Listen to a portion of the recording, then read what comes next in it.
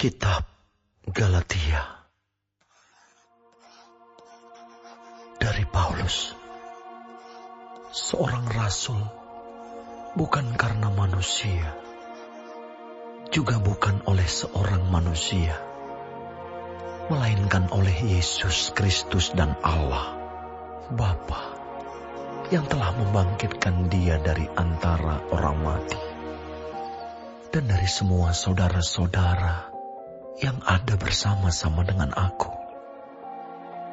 Kepada jemaat-jemaat di Galatia, kasih karunia menyertai kamu, dan damai sejahtera dari Allah, Bapa kita, dan dari Tuhan Yesus Kristus, yang telah menyerahkan dirinya karena dosa-dosa kita, untuk melepaskan kita dari dunia jahat yang sekarang ini, menurut kehendak Allah dan Bapa kita. Baginya lah kemuliaan selama-lamanya. Amin. Aku heran bahwa kamu begitu lekas berbalik daripada Dia, yang oleh kasih karunia Kristus telah memanggil kamu, dan mengikuti suatu Injil lain, yang sebenarnya bukan Injil. Hanya ada orang yang mengacaukan kamu dan yang bermaksud untuk memutarbalikkan Injil Kristus. Tetapi, sekalipun kami atau seorang malaikat dari surga yang memberitakan kepada kamu suatu Injil yang berbeda dengan Injil yang telah kami beritakan kepadamu, terkutuklah dia. Seperti yang telah kami katakan dahulu, sekarang kukatakan sekali lagi, jikalau ada orang yang memberitakan kepadamu suatu Injil yang berbeda dengan apa yang telah kamu terima, terkutuklah dia. Jadi bagaimana sekarang? Adakah ku cari kesukaan manusia atau kesukaan Allah? Adakah ku coba berkenan kepada manusia? Sekiranya aku masih mau mencoba berkenan kepada manusia, maka aku bukanlah hamba Kristus. Sebab aku menegaskan kepadamu, saudara-saudaraku, bahwa Injil yang kuberitakan itu bukanlah Injil manusia. Karena aku bukan menerimanya dari manusia, dan bukan manusia yang mengajarkannya kepadaku, tetapi aku menerimanya oleh penyataan Yesus Kristus. Sebab kamu telah mendengar tentang hidupku dahulu dalam agama Yahudi. Tanpa batas aku menganiaya jemaat Allah dan berusaha membinasakannya. Dan di dalam agama Yahudi, aku jauh lebih maju dari banyak teman yang sebaya dengan aku di antara bangsaku, sebagai orang yang sangat rajin memelihara adat istiadat nenek moyangku. Tetapi waktu Ia, yang telah memilih aku sejak kandungan ibuku dan memanggil aku oleh kasih karunia-Nya, berkenan menyatakan anaknya di dalam aku, supaya aku memberitakan Dia di antara bangsa-bangsa bukan Yahudi. Maka sesaat pun aku tidak minta pertimbangan kepada manusia, Juga aku tidak pergi ke Yerusalem mendapatkan mereka yang telah menjadi rasul sebelum aku. Tetapi aku berangkat ke tanah Arab dan dari situ kembali lagi ke Damsyik. Lalu 3 tahun kemudian, aku pergi ke Yerusalem untuk mengunjungi Kefas, dan aku menumpang 15 hari di rumahnya. Tetapi aku tidak melihat seorang pun dari rasul-rasul yang lain, kecuali Yakobus, saudara Tuhan Yesus. Di hadapan Allah kutegaskan, apa yang kutuliskan kepadamu ini benar. Aku tidak berdusta. Kemudian aku pergi ke daerah-daerah Syria dan Kilikia. Tetapi rupaku tetap tidak dikenal oleh jemaat-jemaat Kristus di Yudea. Mereka hanya mendengar bahwa ia yang dahulu menganiaya mereka sekarang memberitakan iman yang pernah hendak dibinasakannya. Dan mereka memuliakan Allah karena aku.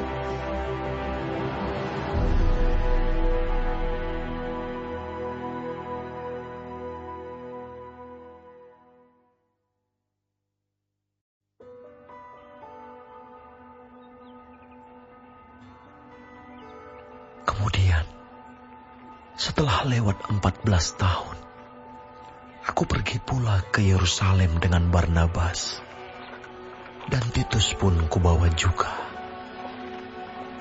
Aku pergi berdasarkan suatu penyataan, dan kepada mereka kubentangkan Injil yang kuberitakan di antara bangsa-bangsa bukan Yahudi, dalam percakapan tersendiri kepada mereka yang terpandang, supaya jangan dengan percuma aku berusaha atau telah berusaha. Tetapi kendati pun Titus yang bersama-sama dengan aku adalah seorang Yunani, namun ia tidak dipaksa untuk menyunatkan dirinya. Memang ada desakan dari saudara-saudara palsu yang menyusup masuk, yaitu mereka yang menyelundup ke dalam untuk menghadang kebebasan kita yang kita miliki di dalam Kristus Yesus, supaya dengan jalan itu mereka dapat memperhambakan kita. Tetapi sesaat pun kami tidak mau mundur dan tunduk kepada mereka, agar kebenaran Injil dapat tinggal tetap pada kamu. Dan mengenai mereka yang dianggap terpandang itu, bagaimana kedudukan mereka dahulu, itu tidak penting bagiku. Sebab Allah tidak memandang muka. Bagaimanapun juga, mereka yang terpandang itu tidak memaksakan sesuatu yang lain kepadaku.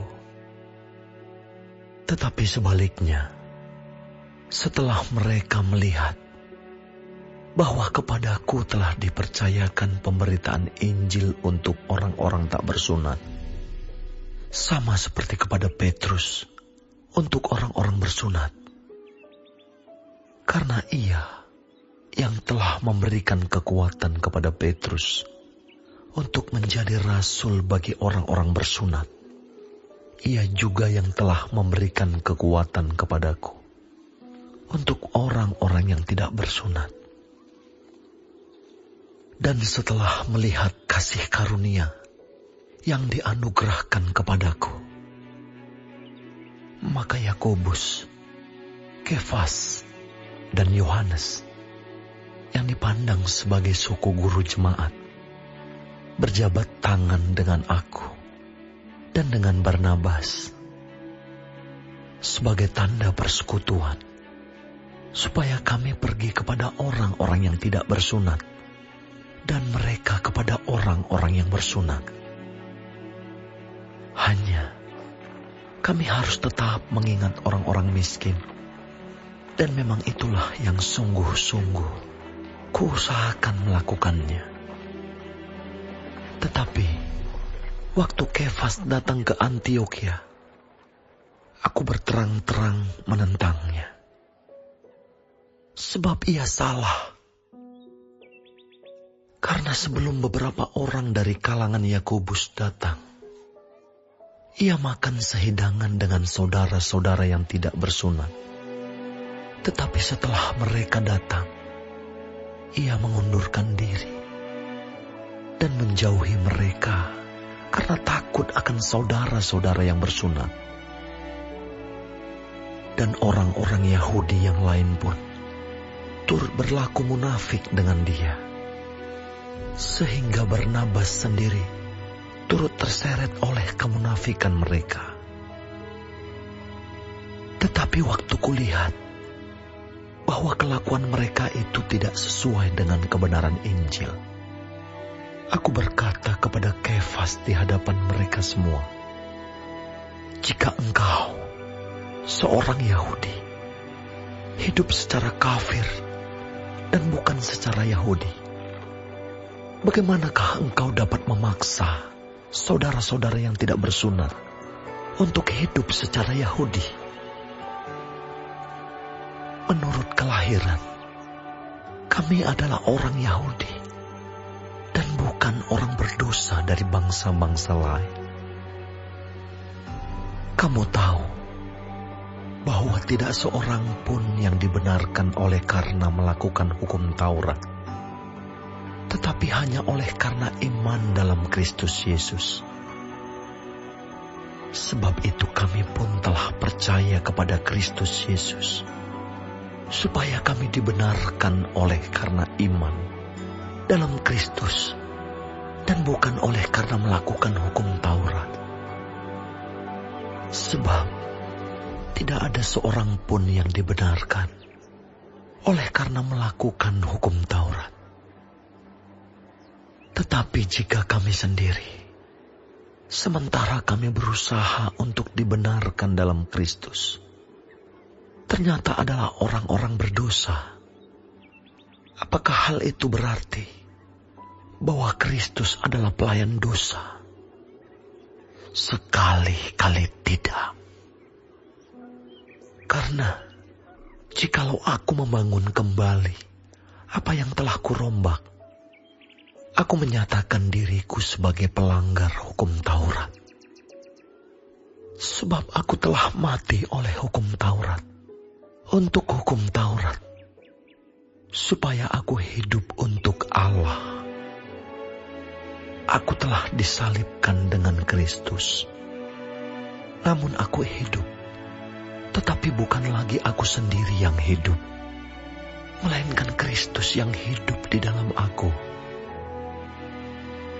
Dan hidupku yang kuhidupi sekarang di dalam daging adalah hidup oleh iman dalam Anak Allah yang telah mengasihi aku dan menyerahkan dirinya untuk aku.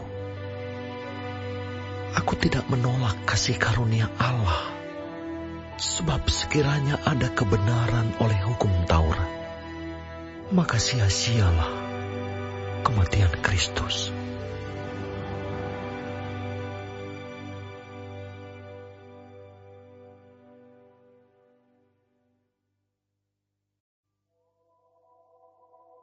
Hai orang-orang Galatia yang bodoh, siapakah yang telah mempesona kamu? Bukankah Yesus Kristus yang disalibkan itu telah dilukiskan dengan terang di depanmu? Hanya ini yang hendak ku ketahui daripada kamu. Adakah kamu telah menerima Roh karena melakukan hukum Taurat, atau karena percaya kepada pemberitaan Injil? Adakah kamu sebodoh itu? Kamu telah mulai dengan Roh. Maukah kamu sekarang mengakhirinya di dalam daging? Sia-siakah semua yang telah kamu alami sebanyak itu? Masakan sia-sia? Jadi bagaimana sekarang? Apakah Ia yang menganugerahkan roh kepada kamu dengan berlimpah-limpah dan yang melakukan mukjizat di antara kamu? Berbuat demikian karena kamu melakukan hukum Taurat atau karena kamu percaya kepada pemberitaan Injil?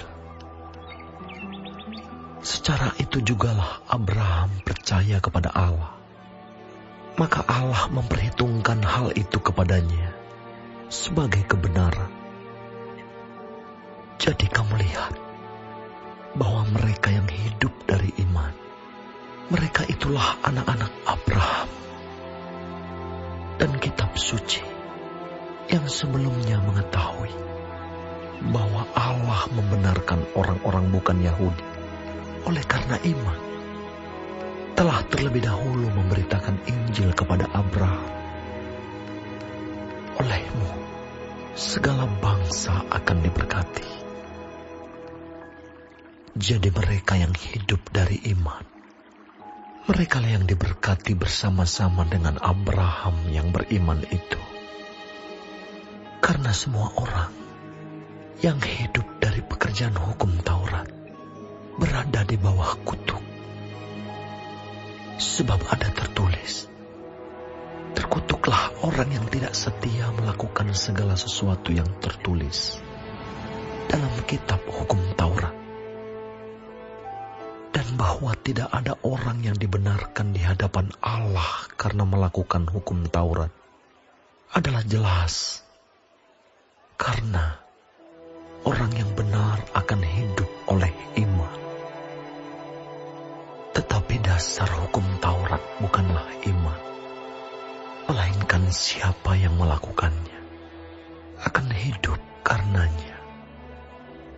Kristus telah menebus kita dari kutuk hukum Taurat dengan jalan menjadi kutuk karena kita. Sebab ada tertulis, terkutuklah orang yang digantung pada kayu salib. Yesus Kristus telah membuat ini supaya di dalam Dia berkat Abraham sampai kepada bangsa-bangsa lain, sehingga oleh iman kita menerima roh yang telah dijanjikan itu.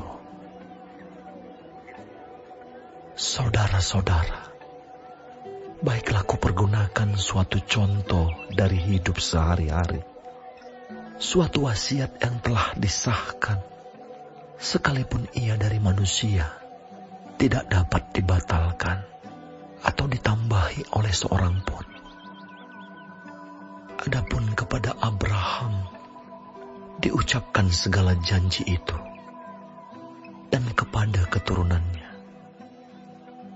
Tidak dikatakan kepada keturunan-keturunannya, seolah-olah dimaksud banyak orang, tetapi hanya satu orang, dan kepada keturunanmu, yaitu Kristus. Maksudku ialah janji yang sebelumnya telah disahkan Allah tidak dapat dibatalkan oleh hukum Taurat yang baru terbit 430 tahun kemudian, sehingga janji itu hilang kekuatannya.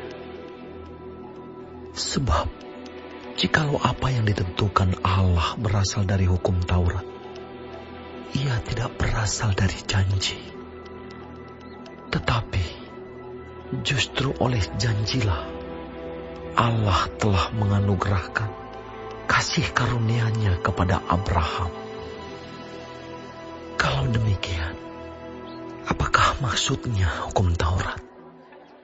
Ia ditambahkan oleh karena pelanggaran-pelanggaran, sampai datang keturunan yang dimaksud oleh janji itu. Dan ia disampaikan dengan perantaraan malaikat-malaikat ke dalam tangan seorang pengantara. Seorang pengantara bukan hanya mewakili satu orang saja, sedangkan Allah adalah satu. Kalau demikian, bertentangankah hukum Taurat dengan janji-janji Allah? Sekali-kali tidak. Sebab andai kata hukum Taurat diberikan sebagai sesuatu yang dapat menghidupkan, maka memang kebenaran berasal dari hukum Taurat. Tetapi kitab suci telah mengurung segala sesuatu di bawah kekuasaan dosa, supaya oleh karena iman dalam Kristus, janji itu diberikan kepada mereka yang percaya. Sebelum iman itu datang, kita berada di bawah pengawalan hukum Taurat dan dikurung sampai iman itu telah dinyatakan. Jadi, hukum Taurat adalah penuntun bagi kita sampai Kristus datang, supaya kita dibenarkan karena iman. Sekarang iman itu telah datang. Karena itu, kita tidak berada lagi di bawah pengawasan penuntun. Sebab kamu semua adalah anak-anak Allah karena iman di dalam Yesus Kristus. Karena kamu semua yang dibaptis dalam Kristus telah mengenakan Kristus. Dalam hal ini, tidak ada orang Yahudi atau orang Yunani. Tidak ada hamba atau orang merdeka. Tidak ada laki-laki atau perempuan. Karena kamu semua adalah satu di dalam Kristus Yesus. Dan jikalau kamu adalah milik Kristus, maka kamu juga adalah keturunan Abraham dan berhak menerima janji Allah.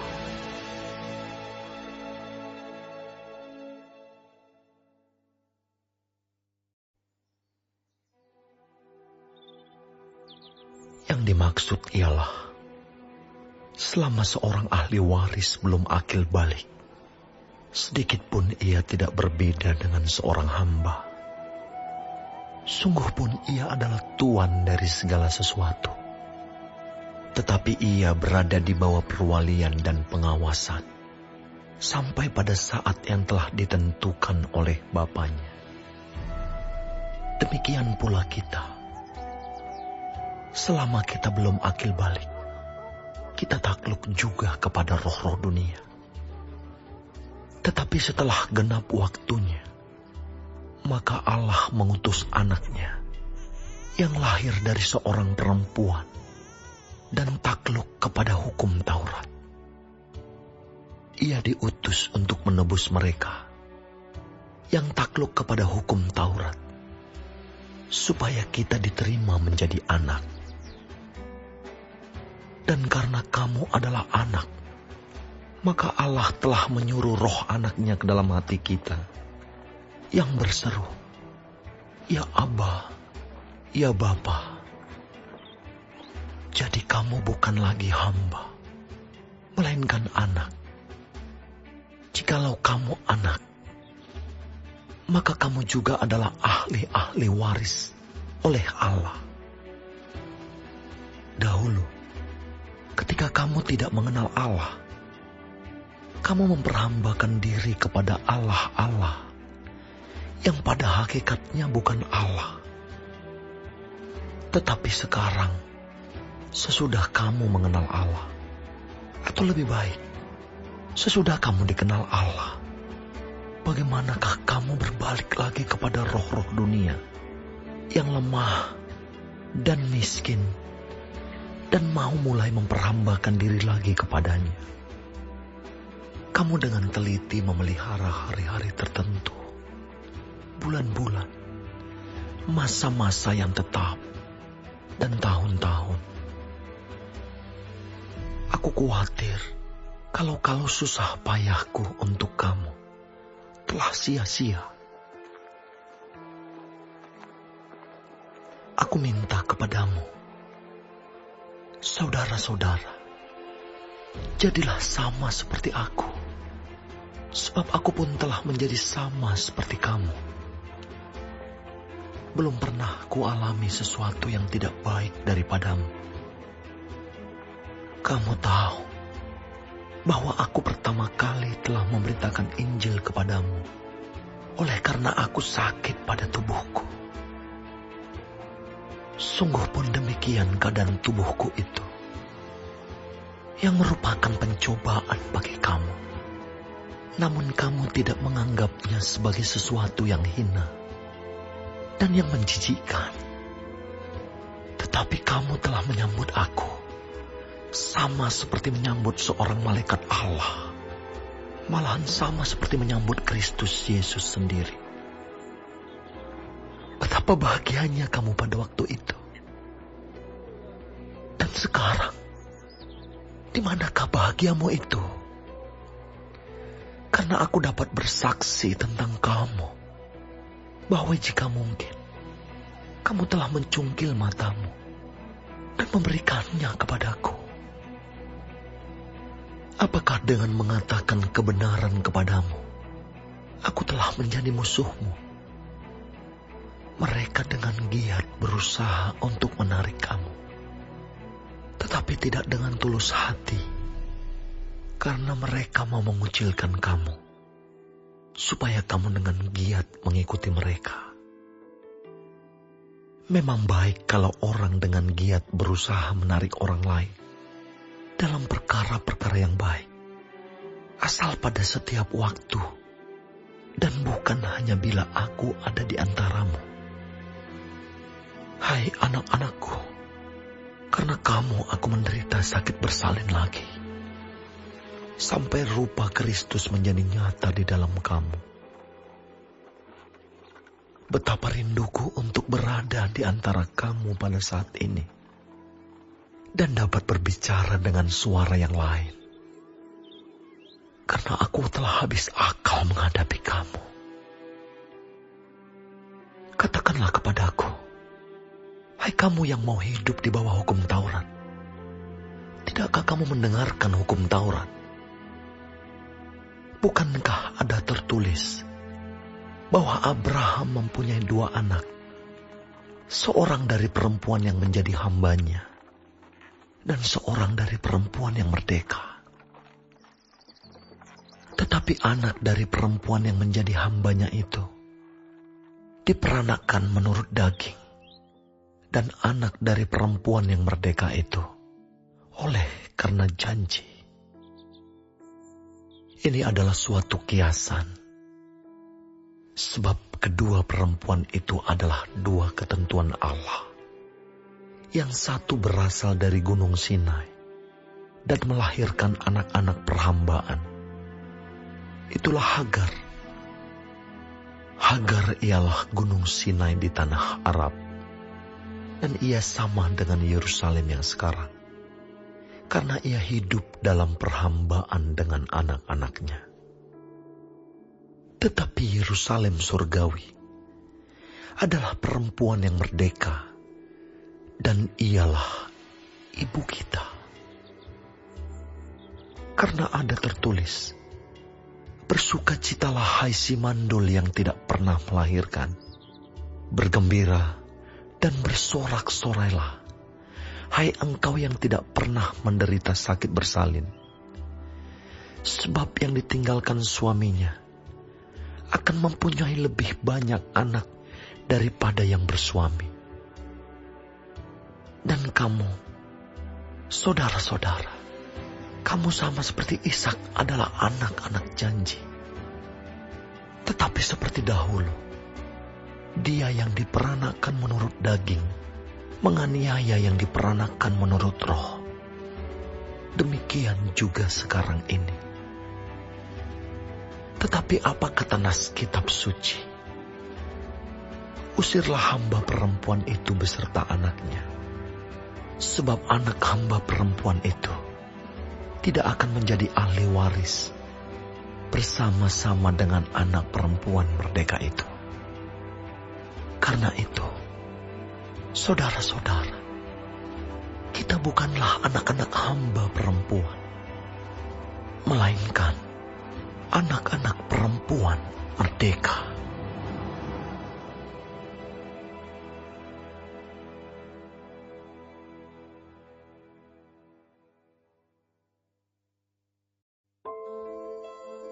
Supaya kita sungguh-sungguh merdeka, Kristus telah memerdekakan kita. Karena itu berdirilah teguh, dan jangan mau lagi dikenakan kuk perhambaan. Sesungguhnya, aku, Paulus, berkata kepadamu, jikalau kamu menyunatkan dirimu, Kristus sama sekali tidak akan berguna bagimu. Sekali lagi aku katakan kepada setiap orang yang menyunatkan dirinya, bahwa ia wajib melakukan seluruh hukum Taurat. Kamu lepas dari Kristus. Jikalau kamu mengharapkan kebenaran oleh hukum Taurat, kamu hidup di luar kasih karunia. Sebab oleh Roh dan karena iman, kita menantikan kebenaran yang kita harapkan. Sebab bagi orang-orang yang ada di dalam Kristus Yesus, hal bersunat atau tidak bersunat tidak mempunyai sesuatu arti. Hanya iman yang bekerja oleh kasih. Dahulu kamu berlomba dengan baik. Siapakah yang menghalang-halangi kamu? Sehingga kamu tidak menuruti kebenaran lagi. Ajakan untuk tidak menurutinya lagi bukan datang dari Dia yang memanggil kamu. Sedikit lagi sudah mengkhamirkan seluruh adonan. Dalam Tuhan, aku yakin tentang kamu, bahwa kamu tidak mempunyai pendirian lain daripada pendirian ini. Tetapi barang siapa yang mengacaukan kamu, ia akan menanggung hukumannya, siapapun juga dia. Dan lagi aku ini, saudara-saudara, jikalau aku masih memberitakan sunat, mengapakah aku masih dianiaya juga?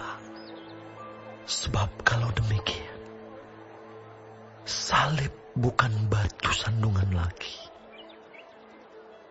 Baiklah mereka yang menghasut kamu itu, mengebirikan saja dirinya. Saudara-saudara, memang kamu telah dipanggil untuk merdeka. Tetapi janganlah kamu mempergunakan kemerdekaan itu sebagai kesempatan untuk kehidupan dalam dosa. Melainkan, layanilah seorang akan yang lain oleh kasih. Sebab seluruh hukum Taurat tercakup dalam satu firman ini, yaitu, kasihilah sesamamu manusia seperti dirimu sendiri. Tetapi, jikalau kamu saling menggigit dan saling menelan, awaslah supaya jangan kamu saling membinasakan. Maksudku ialah, hiduplah oleh Roh, maka kamu tidak akan menuruti keinginan daging. Sebab keinginan daging berlawanan dengan keinginan Roh, dan keinginan Roh berlawanan dengan keinginan daging, karena keduanya bertentangan. Sehingga kamu setiap kali tidak melakukan apa yang kamu kehendaki. Akan tetapi, jikalau kamu memberi dirimu dipimpin oleh Roh, maka kamu tidak hidup di bawah hukum Taurat. Perbuatan daging telah nyata, yaitu percabulan, kecemaran, hawa nafsu, penyembahan berhala, sihir, perseteruan, perselisihan, iri hati, amarah, kepentingan diri sendiri, percideraan, roh pemecah, kedengkian, kemabukan, pesta pora dan sebagainya. Terhadap semuanya itu kuperingatkan kamu, seperti yang telah kubuat dahulu, bahwa barang siapa melakukan hal-hal yang demikian, ia tidak akan mendapat bagian dalam kerajaan Allah. Tetapi buah roh ialah kasih, sukacita, damai sejahtera, kesabaran, kemurahan, kebaikan, kesetiaan, kelemah lembutan, penguasaan diri. Tidak ada hukum yang menentang hal-hal itu. Barang siapa menjadi milik Kristus Yesus, ia telah menyalibkan daging dengan segala hawa nafsu dan keinginannya. Jikalau kita hidup oleh roh, baiklah hidup kita juga dipimpin oleh roh. Dan janganlah kita gila hormat. Janganlah kita saling menantang dan saling mendengki.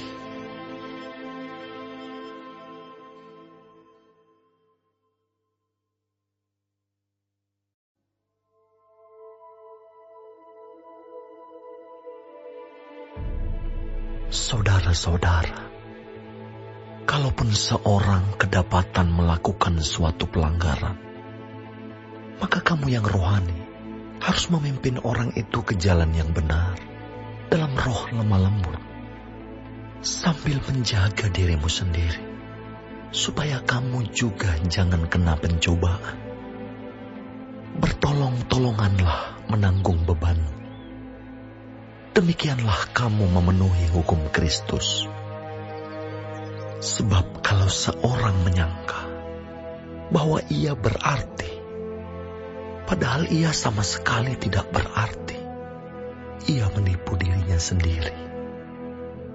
Baiklah tiap-tiap orang menguji pekerjaannya sendiri, maka ia boleh bermegah melihat keadaannya sendiri dan bukan melihat keadaan orang lain. Sebab tiap-tiap orang akan memikul tanggungannya sendiri. Dan baiklah dia yang menerima pengajaran dalam firman, membagi segala sesuatu yang ada padanya dengan orang yang memberikan pengajaran itu. Jangan sesat. Allah tidak membiarkan dirinya dipermainkan. Karena apa yang ditabur orang, itu juga yang akan dituainya. Sebab barang siapa menabur dalam dagingnya, ia akan menuai kebinasaan dari dagingnya. Tetapi barang siapa menabur dalam roh, ia akan menuai hidup yang kekal dari roh itu.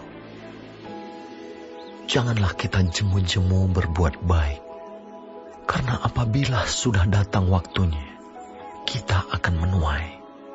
Jika kita tidak menjadi lemah. Karena itu, selama masih ada kesempatan bagi kita, marilah kita berbuat baik kepada semua orang, tetapi terutama kepada kawan-kawan kita seiman. Lihatlah bagaimana besarnya huruf-huruf yang kutulis kepadamu dengan tanganku sendiri. Mereka yang secara lahiriah suka menonjolkan diri. Mereka lah yang berusaha memaksa kamu untuk bersunat, hanya dengan maksud supaya mereka tidak dianiaya karena salib Kristus. Sebab mereka yang menyunatkan dirinya pun tidak memelihara hukum Taurat, tetapi mereka menghendaki supaya kamu menyunatkan diri, agar mereka dapat bermegah atas keadaanmu yang lahiriah. Tetapi aku sekali-kali tidak mau bermegah, selain dalam salib Tuhan kita Yesus Kristus. Sebab olehnya dunia telah disalibkan bagiku, dan aku bagi dunia. Sebab bersunat atau tidak bersunat tidak ada artinya, tetapi menjadi ciptaan baru, itulah yang ada artinya. Dan semua orang yang memberi dirinya dipimpin oleh patokan ini, turunlah kiranya damai sejahtera dan rahmat atas mereka dan atas Israel milik Allah. Selanjutnya, janganlah ada orang yang menyusahkan aku, karena pada tubuhku ada tanda-tanda milik Yesus. Kasih karunia Tuhan kita Yesus Kristus menyertai roh kamu, saudara-saudara. Amin.